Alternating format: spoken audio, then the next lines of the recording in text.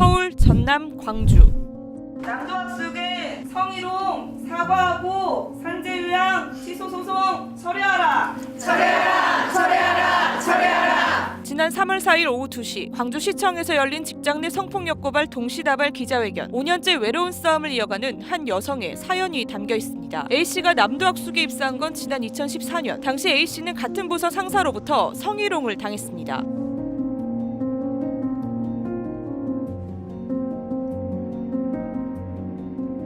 이듬해 인권위에 진정을 제기해 성희롱 피해 사실은 인정을 받았지만 A씨에게 돌아온 건 유리 독방이었습니다. 심지어 전화 발신까지 차단된 상태였습니다. A씨를 더욱 아프게 한 건 직장 동료들의 목소리였습니다. 혼자 별실에서 반년 이상 근무하면서 격리된 상태에서 제가 처절하게 느낀 고립감과 모멸감. 당시 주변 동료들에게 어떠한 구호 조치를 전혀 받지 못하였고 도리어 자작극을 벌인 직원으로 몰려 고충처리위원회에 회부되었고 결국 우울증까지 얻은 A씨는 지난 2017년 휴직을 신청했습니다. 같은 해 7월은 근로복지공단으로부터 업무상 질병을 인정받았습니다. 그렇지만 A씨의 싸움은 현재 진행형입니다. 근로복지공단의 처분에 반발한 남도학숙이 이번엔 근로복지공단을 상대로 행정소송을 제기한 겁니다.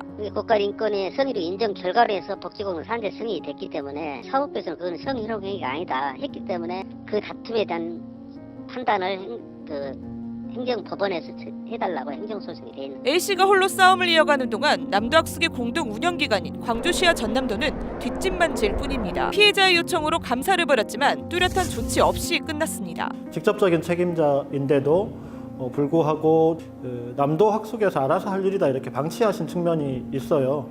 우리가 잘못했다, 앞으로는 안 그러겠다 이 말 듣기 위해서 5년 동안 우리 사회가 방치했다 이렇게 생각하니까. 수장이 바뀐 지금도 상황은 그대로입니다. 지금 계속 이게 법적으로 다툼이 진행 중에 있기 때문에 혹시나 더해서 공식적으로 입장을 취하기는 좀 어려운 상황이고요. 더구나 남도학숙은 산재 취소 소송을 제기하면서 A씨의 지난 10년간의 병원 기록을 모두 제출하도록 요구했습니다. 성행위로 인한 그 업무상 재해로 인정받아고 산재를 받았는데 그런 내용이 아닌 것 같다는 판단을 우리 변호사도 하고 재판부에서 그걸 받아줘가지고 그러면은 그 전에 병원 진료를 한번 보자. 여기엔 신경정신과 기록 외에도 가정의학과, 내과, 안과, 정형외과 등 일반 진료 과목 기록도 모두 포함됐습니다. 개인정보 유출 등 추가 피해가 우려되는 상황입니다. 성폭력이나 이제 직장 내 성희롱이 발생하는 경우에는 실은 이런 문제들로 인해서 피해자들이 떠나는 경우들이 되게 많습니다.